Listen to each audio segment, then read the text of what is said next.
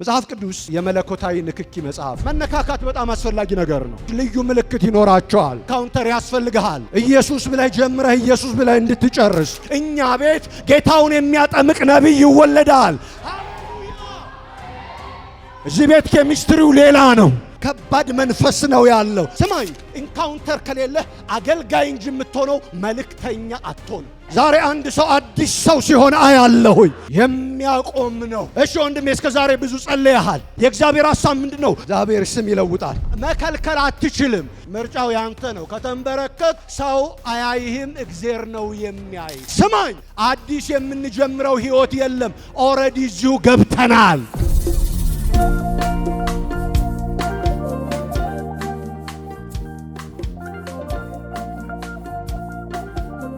የተወደደውን የእግዚአብሔር ቃል በማንበብ እንጀምራለን። የሐዋርያት ሥራ መጽሐፍ ምዕራፍ 2 ቁጥር 1 ላይ አውጥተን እናነባለን። መጋቢ ብታነብልኝ በጣም ደስ ይለኛል። በዓለ ሃምሳ የተባለውም ቀን በደረሰ ጊዜ ሁሉም በአንድ ልብ ሆነው አብረው ሳሉ አሜን፣ ድንገት እንደሚነጥቅ አውሎ ነፋስ ከሰማይ ድምፅ መጣ። ተቀምጠው የነበሩበትንም ቤት ሁሉ ሞላው። እንደ እሳትም የተከፋፈሉ ልሳኖች ታዩአቸው፣ በእያንዳንዳቸውም ላይ ተቀመጡባቸው። በሁሉም መንፈስ ቅዱስ ሞላባቸው። መንፈስም ይናገሩ ዘንድ እንደሰጣቸው በሌላ ልሳኖች ይናገሩ ጀመር። እናመሰግንሃለን። ስምህ ለዘላለም ይባረክ። ከመንፈስ ሳትሰፍር ስለሰጠህ ስምህ እጅግ ታላቅ ነው። ምስጋና ከማይገባቸው ላይ ምስጋና ወስደን ምስጋና ለሚገባህ ላንተ ጠቅልለን እናመጣልሃለን። የሐዋርያት ሥራ መጽሐፍ እንደምታውቁት የሐዋርያት ሥራ መጽሐፍ አይደለም፣ የመንፈስ ቅዱስ ሥራ መጽሐፍ ነው። መንፈስ ቅዱስ በሐዋርያት ዘመንና ከዚያ ዘመን ጀምሮ ጌታችን ኢየሱስ ክርስቶስ ዳግም እስከሚመጣ በምድር ላይ በምትኖረው ቤተክርስቲያን ውስጥ ሊሰራ የጀመረው ነገር ምን ያለው ነገር ሊሰራ የጀመረው ነገር እና እስከ ምዕራፍ 28 ድረስ ሐዋርያት አስቀጥለውታል። እኛ ደግሞ ምዕራፍ 29 እናስቀጥላለን። አሜን በሉ። ከኛ በኋላ የሚመጣው ትውልድ ደግሞ ሌላውን ያስቀጥላል። ምን ማለት ነው? እዚህ ያለነው ስራ ለመስራትና ታሪክ ለመጻፍ ነው። መንፈስ ቅዱስ ከኛ ጋር ሆኖ የሚሰራውን ነገር በሕይወታችንም በሚገለጠውም ጸጋ በፍቅራችን መካከል ታሪክ ለመስራት ነው። ስለ ጌታችን ስለ ኢየሱስ ክርስቶስ መጽሐፍ ቅዱስ ሲናገር እሱ ይላል የባህሪው መንጸባረቅና የክብሩ ምሳሌ ነው። የማ የአብ እኛ ደግሞ የክርስቶስ የባህሪው መንጸባረቅና የክብሩ ምሳሌ ነን። አብ በክርስቶስ በኩል አንጸባረቀ፣ ክርስቶስ በእኛ በኩል ያንጸባርቃል። እስኪ አሜን። የሚቀጥለው ትውልድ ደግሞ እኛን እያንጸባረቀ ይቀጥላል ማለት ነው። እኛን ማለት እኛን አይደለም። ለጠቢባን ዝርዝር አያስፈልግም፣ ነገሩን ታውቁታላችሁ። ጌታ ይባረክ። ስለዚህ እግዚአብሔር ዛሬ በብዙ ይናገረናል፣ ያስተምረናል፣ ይመክረናል፣ ያጽናናናል። አንዳንድ ሬስቶራንቶች ውስጥ ስትገቡ የዕለቱ ስፔሻል የሚባል ነገር አለ አይደለ? የሁል ጊዜ አለ፣ ደግሞ የዕለቱ ስፔሻል አለ። ከኔ ጋር ለሚስማማ ሰው ዛሬ የዕለቱ ስፔሻል ነው። እስኪ አሜን በሉ። በጌታ ኮኔክት አድርጎ የሆነ ነገር ይሆናል። ክብር ለኢየሱስ ይሁን። መጽሐፍ ቅዱስ የመለኮታዊ ንክኪ መጽሐፍ ነው። የኢንካውንተር መጽሐፍ ነው። ከኦሪት ዘፍጥረት ምዕራፍ 1 እስከ ዮሐንስ ራእይ ምዕራፍ 22 ስታነቡ በመለኮታዊ ንክኪና በመለኮታዊ ጉብኝት ተሞልቶ ተጠቅጥቆ ታገኙታላችሁ። አምላካችን እግዚአብሔር ኦሪት ዘፍጥረት ምዕራፍ 1 ቁጥር 1 ላይ ራሱን ሲገልጥ በመናገር በመንካት በማዳን ሕይወት በመስጠት ነው ራሱን የገለጠው። ይህንንም ዓለም በትኩሳት ጠቅልሎ ሰማይና ምድርን ሲያሳልፍ አዲሲቱን ሰማይና አዲሲቱን ምድር አምጥቶ አሜን በጉ የሚያበራባትን የአብ ዙፋን የተቀመጠባትን ታላቂቷንና አዲሲቷን ኢየሩሳሌምን ሰጥቶ እኛ ዙፋኑን ከበን ለማይቆጠር ብዙ ዘመን በማይሰለች ደስታ እያመለክ ነው የምንኖርበትን መለኮታዊ አሰራር ሰጥቶን ነገሩን ይደመድመዋል። በብሉይ ኪዳንም በሐዲስ ኪዳንም በጣም ታላላቅ የእግዚአብሔር ሰዎች በሕይወታቸው መለኮታዊ ጉብኝትና መለኮታዊ ንክኪ ሆኗል። እሱም ታሪካቸውን ቀይሯል። ለዚህ ነው አሁን ባነበብነው ክፍል በሐዋርያት ሥራ ምዕራፍ 2 ላይ ባነበብነው ክፍልና በሐዋርያት ሥራ ምዕራፍ 1 መካከል ያለው የአንድ ምዕራፍ ልዩነት አይደለም፣ ወይም የአንድ ገጽ ልዩነት አይደለም።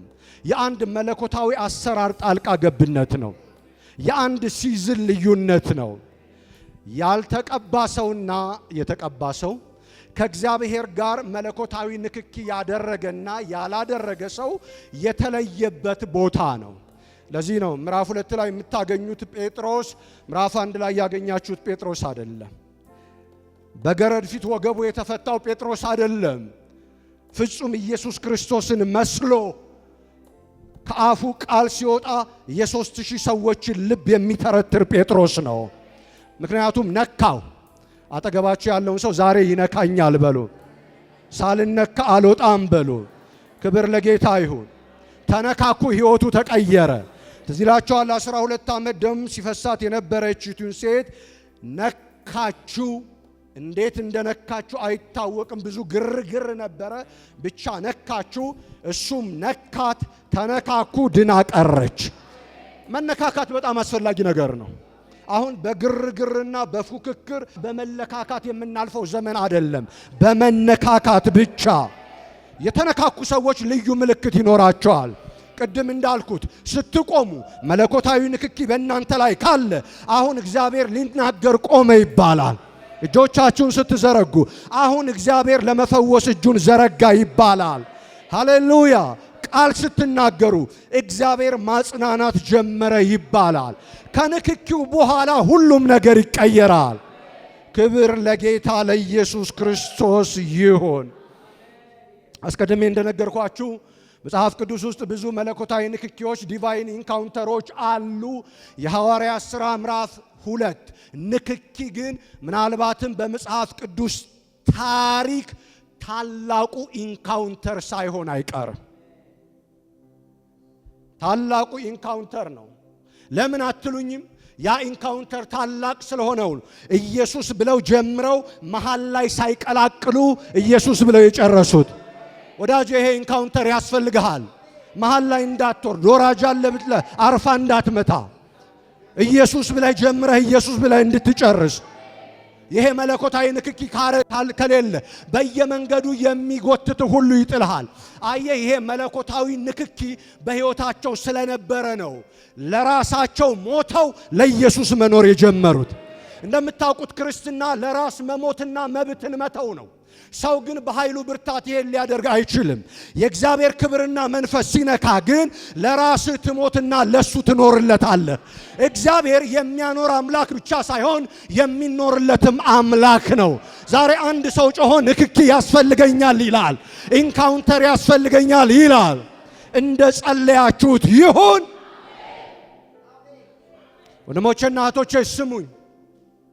ይሄ መለኮታዊ ንክኪ፣ ይሄ ኢንካውንተር ከእውቀት ያለፈ፣ ከችሎታ ያለፈ፣ ከሰው ጥበብ ያለፈ፣ ከቴክኒክና ከታክቲክ ያለፈ በመለኮት ኦርኬስትሬሽን በዲቫይን አሰራር ነገሮችን የምታከናውኑበትን ነገር በእናንተ ውስጥ የሚፈጥር ንክኪ ነው። እስኪ ንካ ይበልጩህና ዛሬ ሃሌሉያ። እስኪ መነካት በምትፈልጉት ልክ ጩሁ፣ ንካኝ በሉት። እስኪ በኢየሱስም ልዩ አይነት መነካት ይሁን። እነዚህ መጽሐፍትን የማያስተውሉ ናቸው። የገሊላ ሰዎች ናቸው። ገበሬዎች ናቸው። እንኳን ብሉይ ኪዳንን በሐዲስ ኪዳን ሊተረጉሙ ቀርቶ ንባቡን አይችሉትም። አየ መለኮታዊ ንክኪ ሲመጣ መጀመሪያ በሕይወት የሚሆነው አይምሮህን ፈቶ መግጠም ነው። የቃል ብርሃን ነው። ኢየሱስን መግለጥ ነው። የቅዱሳት መጽሐፍትን ውበት መተርተር ነው። እሱ ወደ መረዳት ባለጠግነት፣ ወደ መገለጥ ታላቅነት ይወስድሃል። ለዚህ ነው መለኮታዊ ንክኪ ያስፈልግሃል። እመነኝ፣ እዚህ የቆምኩት ለምስክርነት እናገራለሁ። የሆነ ንክኪ እግዚአብሔር ስለነካን ነው። የሆነ ቀን አንኳኩቶ መጥቶ ነበረ። የሆነ ቀን መዝሙር ሰጥቶን ነበረ። የሆነ ቀን ከእንቅልፋችን ቀስቅሶ አለሁ ብሎ ነበረ።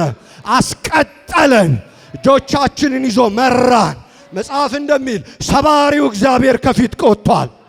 እኛም እየሰበርን ወደ በሩ ደርሰናል። ሃሌሉያ ሃሌሉያ። መቀጠል የሚፈልግ ሰው እጁን ያሳየኝ። መቀጠል የሚፈልግ ሰው እንግዲያውስ ይሄ ንክኪ ነው በኢየሩሳሌም፣ በይሁዳ፣ በሰማርያ እስከ ዓለም ሁሉ የሚወስደው። እንግዲያውስ ይሄ ንክኪ ነው እስከ ዓለም ጫፍ ብቻ ሳይሆን እስከ ዘመን ፍጻሜ ኃይልህ እየጨመረ እድሜ ሲጨምር ጉልበትህ እየታደሰ እስከ መጨረሻው የሚያስቀጥለ። ሐኪሞችን ብትጠይቋቸው ሴት ልጅ ከ50 ዓመት በላይ አትወልድም ይሏችኋል። ወይም ደግሞ ከ50 ዓመት በላይ የተወለደ ልጅ ጤነኛ አይሆንም፣ እግሩ ሽባ ይሆናል፣ የሆነ በሽታ ይኖረዋል ይልሃል። እግዚአብሔር ይንካህ እንጂ እኛ ቤት በ100 ዓመት ተወልዶ ጤነኛ ልጅ ይወለዳል። የትውልድ በረከት ይወለዳል። በ84 ዓመት ተወልዶ ጌታውን የሚያጠምቅ ነቢይ ይወለዳል። ሃሌሉያ! እዚህ ቤት ኬሚስትሪው ሌላ ነው። እዚህ ቤት ዲክሽነሪው ሌላ ነው። እዚህ ቤት መዝገበ ቃላቱ ሌላ ነው። ኢየሱስ ክርስቶስ ያድናል። ሃሌሉያ ሃሌሉያ። ስማኝ፣ የሐዋርያት ሥራ ምዕራፍ 2 ለሐዋርያት ሸለፈታቸው የተቆረጠበት ጌልጌላ ነው። እንቅፋታቸውን የጣሉበት ደማስቆ ነው። ለዚህ ነው ኢንካውንተር መቀባትና ኃይል መቀበል ብቻ ሳይሆን ሸለፈት ይቆርጣል። እስራኤልን በጌልጌላ ምድር ኢያሱ ሸለፈቱን እንደቆረጠው ለአንድ ሰው ይሁንለት ዛሬ። ይቆረጥ በኢየሱስ ስም። ስውር ማሰሪያው ይፈታ። የተከተለህ ነገር ይቆረጥ።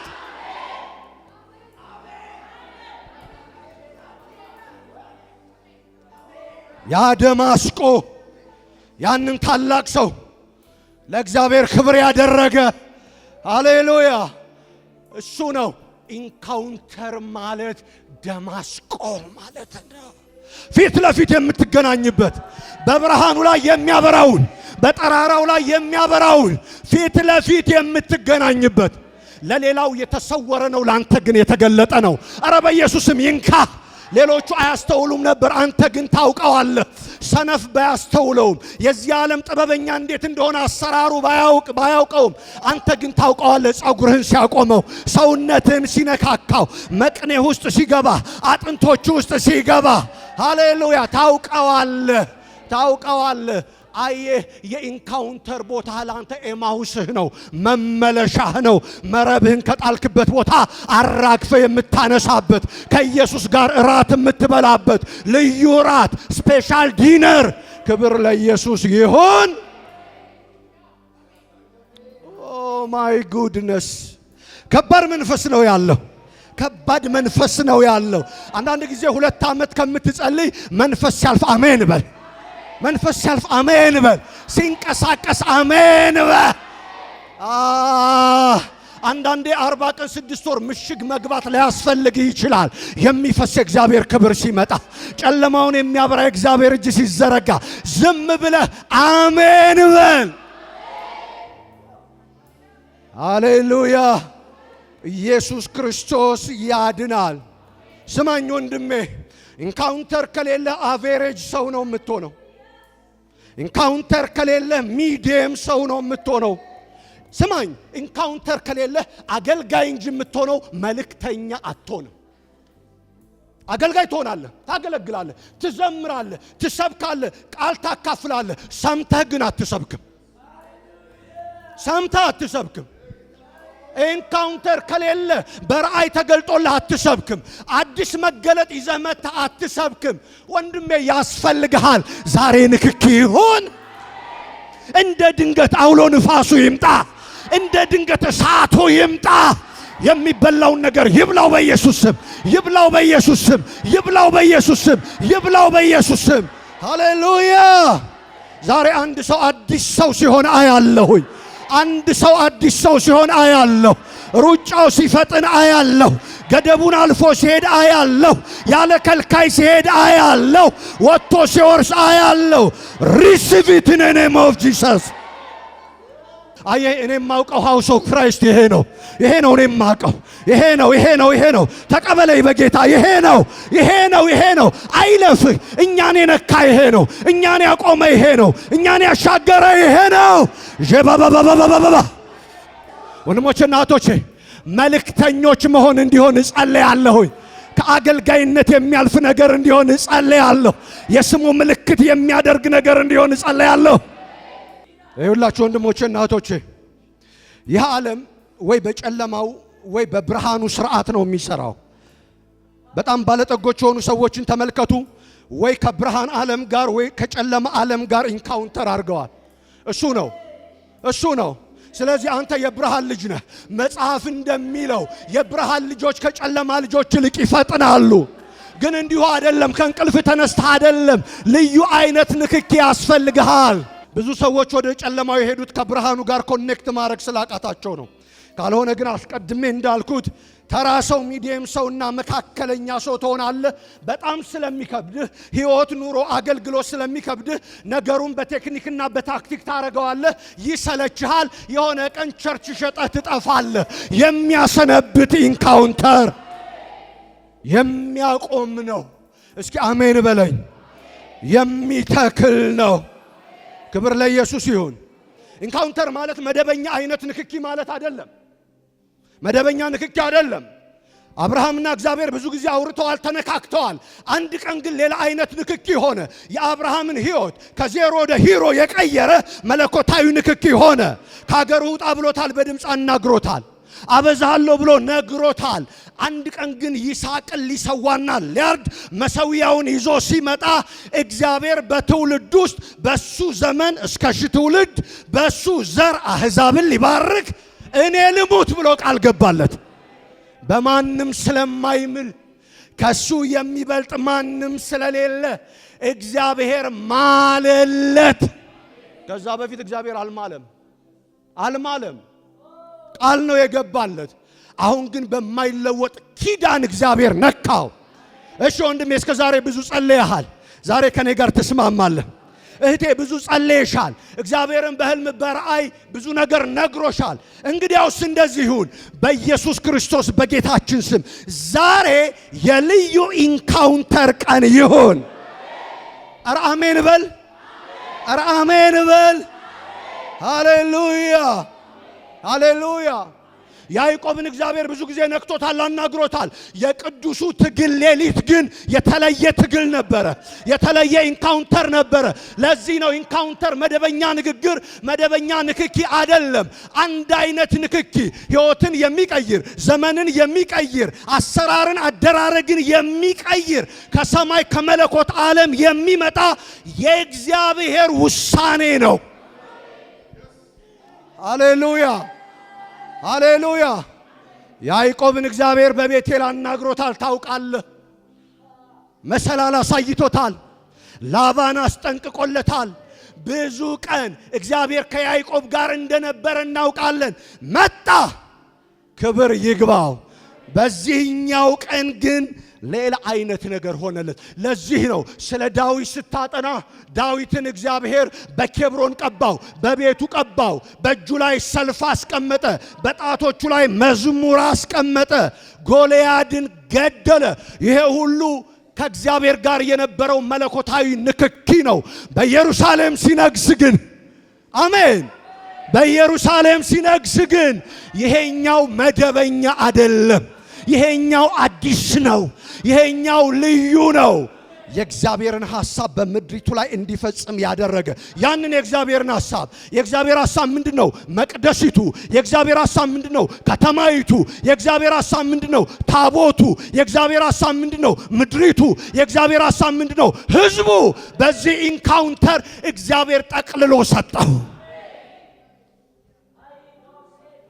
አየህ፣ የእግዚአብሔር ሐሳብ ጎልያድን ከመግደል ያልፋል። አየህ፣ የእግዚአብሔር ሐሳብ በኬብሮን ከመንገስ ያልፋል። በዚህ ቤት ሰው አለ ወይ? በዚህ ቤት ሰው አለ ወይ? ሃሌሉያ። ይሄ የስጥናና የኤሴቅ ጉዳይ አይደለም። አጠገብ ላለው ሰው የረሆቦት ጉዳይ ነው በለው። ይሄኛው የረሆቦት ጉዳይ ነው። ይሄኛው ታሪክን የሚቀይረው እግዚአብሔር ራሱ ምንጭ ሲያፈልቅ ነው። እግዚአብሔር ራሱ በረከትን ሲያፈልቅ ነው። የሰማያትን መስኮት ሲቀድ፣ የውቅያኖስን ምንጮች ሲያፈልቅ፣ በሩንም ደጁንም ሲከፍትልህ ነው። እናመሰግንሃለን፣ እናመሰግንሃለን፣ እናመሰግንሃለን። የኢንካውንተር ቦታ የለውጥ ቦታ ነው። የምን ቦታ ነው? ንገሩኛ። የለውጥ ቦታ ነው። ይሁን እግዚአብሔር ሲነካ ስምን የሚሸከመው ኃይልን የሚሸከመው ስም ስለሆነ ስምህን ይቀይረዋል። አብርሃም እንዲህ አለው፣ ስማ ስምህን አከብረዋለሁ፣ ስምህን አገነዋለሁ፣ ስምህን አከብደዋለሁ።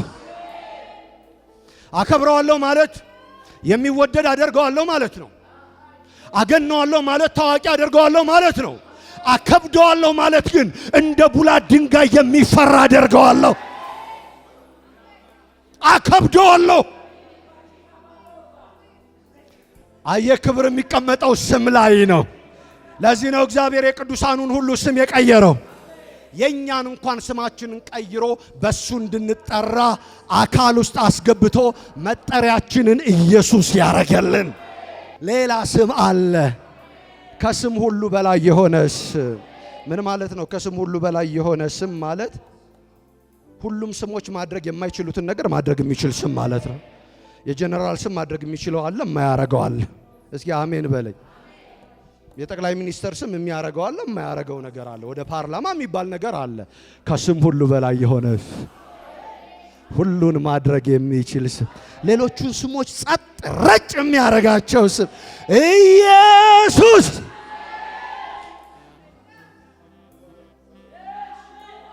እግዚአብሔር ስም ይለውጣል። አጠገብ ላለው ሰው ከዛሬ ጀምሮ በድሮው ስም መጠራራት ቀርቷል በለው። ሰፈር ባወጣ ቤተሰብ ባወጣ ስም መጠራራት ቀርቷል። እስኪ አሜን ነው ወይ? በነገራችን ላይ ስም አናወጣም ብላችሁ እምቢ ብትሉም ሰው ይጭበረበራል እንጂ በሆነ ስም መጠራታችሁ አይቀርም። ተቀቡ እንጂ። አንዱ ይመጣና ነብይ ይልሃል፣ አንዱ ይመጣና ሐዋርያ ይልሃል። መከልከል አትችልም። አንዱ ይመጣና ማን ኦፍ ጋድ፣ አንዱ ይመጣና መጋቢ ምናምን ይልሃል። ምክንያቱም የተሸከምከው ነገር እንዳለ ያስታውቃል። በነገራችን ላይ ኢንካውንተር ወደ ህይወት ሲመጣ ተሸክመህ የምትንቀሳቀሰው የክብር ደመና ይኖራል። ማንም ሊክደው አይችልም። ስማኝ፣ ገና አባ ኧረ አሜን ስትል ኦልሬዲ እዚህ አካባቢ የጨለማው ኪዳን መደንገጥ ጀምረዋል። ኦልሬዲ ሰማይ ወክ ማድረግ ጀምረዋል። ምንም መወጣጠር አያስፈልግም። እህታችን ሊሊ እንደዘመረችው ፊቴን አልቧጭርም ጸጉሬን እንትን አልልም አምላኬን እንዳለችው ጎንበስ ስትልና የኔ አባት አሁን አይሰማህም? አባ ክብር ለኢየሱስ ይሁን። ሃሌሉያ ሃሌሉያ ሃሌሉያ። አየህ፣ ስምህ ብቻ የሚቀየርበት ቦታ አይደለም፣ ስራህም የሚቀየርበት ቦታ ነው። ስጋዊም መንፈሳዊም ስራህ ይቀየራል። ሃሌሉያ። የምትዘራው የሚበተን ሳይሆን ሃርቨስትም ይሆናል። በሁሉ አቅጣጫ ስኬታማ ትሆናለህ። የእግዚአብሔር እጅ እየቀደመ ይሰራልሃል። ምክንያቱም ስራህ ይቀየራል። ሰው የምታጠምድበትን መረብ እግዚአብሔር ይሰጥሃል። የአድራሻ ለውጥ ቦታ ነው እና የተቀባ ሰው በምን ታውቃለህ? ኢንካውንተር ያለው ሰው በምን ታውቃለህ ካልከኝ፣ አንደኛው ብዙ ይንበረከካል። እስኪ አሜን በለኝ። አሁን የጠበቀው አጋንንት ያስወጣል ነው አይደል? እሱም አለ፣ ችግር የለውም። ትንቢት ይተነበያል ነው አይደል? የጠበቀው አዎ፣ እሱም አለ። ክብር ለጌታ ይሁን። ይሰብካል ነው አይደል? ግን ብዙ ይንበረከካል፣ በጣም ብዙ ይንበረከካል። አንፎርቹኔትሊ የሚንበረከኩ ሰዎችን እግዚአብሔር ነው የሚያያቸው፣ ሰው አያያቸውም። ምርጫው ያንተ ነው። ምርጫው ያንተ ነው። ከተንበረከክ ሰው አያይህም፣ እግዚአብሔር ነው የሚያይ። አይ እግዚአብሔር ይሻለኛል ልንበርከክ ካልክ ከሚቀድሙት ያስቀድመሃል። ከኋላ ተነስተህ ከፊት ትቀድማለህ። ስማኝ፣ እግዚአብሔር እጅ ላይ ያልተቀበልከውን ነገር ሰው እጅ ላይ አትቀበልም። በጸሎት ያልተቀበልከውን ነገር ውሃ ተደፍቶብህ ዘይት ተለቅልቆብህ እግር ተጭኖብህ አትቀበልም። በርከክ ትላለህ፣ አምጥቶ ያሸክምሃል። ሃሌሉያ። ምናልባት ላንተ መፍትሄ ባይኖር እንኳን ለጊዜው ለትውልድ ግን መፍትሄ ትሆናለህ። ኢየሱስ ክርስቶስ ጌታ ነው። ሃሌሉያ ሃሌሉያ። ኤንካውንተር ቦታ የኃይል ቦታ ነው። የኃይል ቦታ ነው። አስገዳጅ የሆነ የእግዚአብሔር ክብር። እስኪ አስገዳጅ የሆነ ምን አይነት ክብር? አስገዳጅ የሆነ የእግዚአብሔር ክብር። በቃ ንጉሱ ከመቀመጫው ይነሳል፣ የወርቅ ዘንግ ይዘረጋል። እስኪ አሜን በሉ። አስገዳጅ ክብር ነው። የሚዘጋ በር የለም። የሚከለከል ነገር የለም። ብቻ ይንካ እንጂ 360 ዲግሪ ነው ነገርህን የሚቀይረው። ለዚህ ነው ብዙ መጠበቃችን የማያሰለችን። ለዚህ ነው ብዙ መለመናችን ወደ ኋላ መቅረት ያልሆነው። ለዚህ ነው ብዙ መታገሳችን እግዚአብሔር እንደቀረ ተስፋ የማያስቆርጠን። ይመጣል።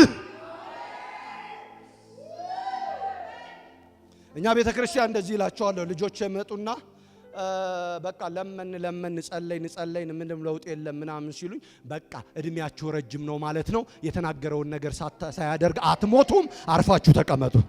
አሜን። የዘገየ ነገር አለ፣ በቃ እድሜህ ረጅም ነው። አሜን በለኝ። 80 ትሻገራለህ። አሜን አትልም አንተ? ብር አይደለም እድሜ እኮ ነው ወዳጅ። ሃሌሉያ። ክብር ለኢየሱስ ይሆን። አስገዳጅ የሆነ ክብር ባንተ ላይ ሲመጣ ነው። ከሕግ ውጪ ነገሮች ላንተ ሲሰሩልህ ነው። ለማንም የተከለከለ ላንተ ይከፈታል። ምክንያቱም ኢንካውንተር ማስተር ኪ ነው። ማስተር ኪ ነው። ከቁጥቁጥ ጠቅላይ ይሻልሃል። ስለዚህ ዝም ብለህ ጎንበስ ትላለህ፣ ዝም ብለህ ትጸልያለህ፣ እሱም ጠቅልሎ ይሰጥሃል። ክብር ለኢየሱስ ይሁን እና በመጨረሻ ሃሌሉያ፣ በመጨረሻ ኢንካውንተር እውነተኛ መለኮታዊ ንክኪ ሰዎችን ፍጹም ኢየሱስን እንዲመስሉ የሚያደርግ መለኮታዊ እርዳታ ነው። ፍጹም ኢየሱስን እንዲመስሉ ትፈልጋለህ? ኢየሱስን እንድትመስል አየ እውነተኛ መለኮታዊ ንክኪ በጸጋ ስጦታዎች መገለጥ ብቻ ሳይሆን በፍሬ መገለጥ የሚታወቅ ንክኪ ነው። በፍሬ መገለጥ ነው የሚታወቀው። ሃሌሉያ። ወንድምህን ተወደዋለህ፣ እግዚአብሔር እንደወደደህ ይታወቃል። እግዚአብሔር እንደምትወደው ይታወቃል። ለዚህ ነው መጽሐፍ እኛ የዘላለም ሕይወት እንዳገኘን 2 ማረጋገጫ አለን አለ። 2 ማረጋገጫ አለን የዘላለም ሕይወት እንዳለን። የመጀመሪያው ካላችሁኝ የመንፈሱን መያዣ ይዘነዋል። መንፈስ ቅዱስ የሚባል መያዣ አለን። እናውቃለን በእኛ ውስጥ እንዳለ፣ በእኛ ውስጥ እንደሚኖር እናውቃለን። እዛ ሄደን አዲስ የምንጀምረው ሕይወት የለም። ኦልሬዲ እዚሁ ገብተናል። ሰማይ መሄድ አያስፈልገንም። ሰማዩ መሬት መጥቷል። መለኮታዊ ንክኪ አለን። ካርታ አለን። ሁለተኛው እኛ ይሄን አብረን ማለት አለብን። እኛ በሉ ወንድሞቻችንን ስለምንወድ ከሞት ወደ ሕይወት እንደተሻገርን በዚህ ይታወቃል። አየህ፣ ወንድምህን ስትወድ የክርስቶስ ኢየሱስ ሕይወት ባንተ ላይ ሲገለጥ አንተን አንጠረጥርህም ከናይጄሪያ ነው ያመጣው ብለን፣ አንተን አንጠረጥርህም ከምዕራብ አፍሪካ ተነካክቶ ነው ብለን። ምክንያቱም በፍሬ ይገለጣል። ካልሆነ ውሃ እየጠጣን ትንቢትህን እንመረምራለን። መርምሩ ስለሚል በመፈጸምና ባለመፈጸም እንለካሃለን። በፍሬ ከተገለጥክ ግን ኢየሱስን እያየነው ስለሆነ ማብራሪያ አያስፈልገንም። ስለዚህ እውነተኛ ኢንካውንተር ኢየሱስን ወደ መምሰል የሚያሳድግ ነው። በቃ ኢየሱስ ባንተ ላይ ይቀረጻል። ያኔ እናጨበጭባለን። ነክቶሃል ማለት ነው። ሁለንተናዊ አቅርቦትና ጥበቃለህ ማለት ነው። ሃሌሉያ! ክብር ለጌታ ይሁን። በመጨረሻ ኢንካውንተር ለእግዚአብሔር ክብርና ለሕዝቡ ጥቅም ነው። አስምርልኝ። ለእግዚአብሔር ክብር፣ ለሕዝቡ ጥቅም። ይኸውላችሁ ወንድሞቼና እህቶች፣ ምንም ቆዳ መወጠር፣ ከረባት ማስተካከል አያስፈልግም። በጣም ወፍራም ልሳንም አያስፈልግም። አሁን ቅድም ስንዘምር እዚህ ቆመን ስንነጋገር ምናምን መጣ አይደል? መጣ በቃ እንዲህ ነው። መጣ ይመጣል፣ እንዲህ ይመጣል። በቃ ከኛ የሆነ ምንም አይደለም። በቀደም ለወንድሜ ለበጋሽ አንድ ነገር እየመሰከርኩለት ነበር። አንድ ቦታ ሄጄ እያገለገልኩኝ ሄጄ ያገለገልኩኝ አንዷ ጮች ማለት ማኒፌስት አረገ ማለት ነው። ጮች ብለው ብሰራው ከኔ ጋር የግል ጉዳይ ያለው ነው የሚመስለው። አለቅም ማለት እና እኔም ልክ ያዘኝ። እነዚህስ ምን ይላሉ ጌታ ሆይ ወይ ዝም ባለ አረርዳኝ ምናምን እላለሁና ግን የተለማመድነው ነገር አለ። ጌታ ይባረክ እና ወደ ውስጤ ኮኔክት ማድረግ እስኪ አሜን በሉ። መንፈሳዊ ዓለምን የሆነ ነገር እንደተሞላው ገባኝ። ውጣ ስለው ጣ አለ። ጌታ እንደዚህ አለኝ፣ ስጦታ ማለት እንደዚህ ለማይችል ሰው የሚሰጥ ነው አለ።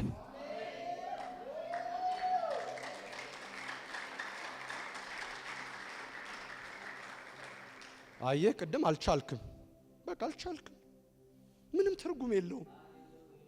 አሁን የሆነች ነገር ጠባረኩ። ስጦታ ለሆነ ለማይችል ሰው፣ ምንም ማድረግ ለማይችል ሰው፣ እግዚአብሔር እንዲሁ ሊረዳው ለፈለገ ሰው ከመንፈሱ እንዲሁ የሚያፈሰው ነገር ነው። እናመሰግንሃለን በዚህ ቤት ስለፈሰሰው መንፈስ ስለነካህን። የሆነ ሰው ስለተቀባ እስኪ አሜን እያልክ ተቀበል። የሆነ ሰው ስለተቀባ ኃይል ስላለፈ ክብር ስለመጣ አንዳንዶቹን ነቢያት፣ አንዳንዶቹን ሐዋርያት፣ አንዳንዶቹን እረኞች፣ አንዳንዶቹን አስተማሪዎች፣ አንዳንዶቹን ወንጌል ሰባኪዎች አድርጎ የሚለየ እግዚአብሔር ክብር፣ አንዳንዶቹን ባለጠጎች፣ አንዳንዶቹን አይምሮአቸውን የሚከፍት፣ አንዳንዶቹን በሥራ ቦታ የሚያሰለጣን የገዥነት ክብር የሚሰጥ አዲስ ኃይል ስለመጣ አመሰግንሃለሁ። ክብር ሪሲቪት ሳት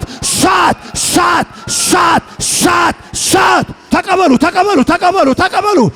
እውነተኛ ንክኪ፣ ታሪክ የሚቀይር ንክኪ፣ ስም የሚለውጥ ንክኪ፣ ለቤተ ክርስቲያን ውበት የሆነ ንክኪ በኢየሱስ ስም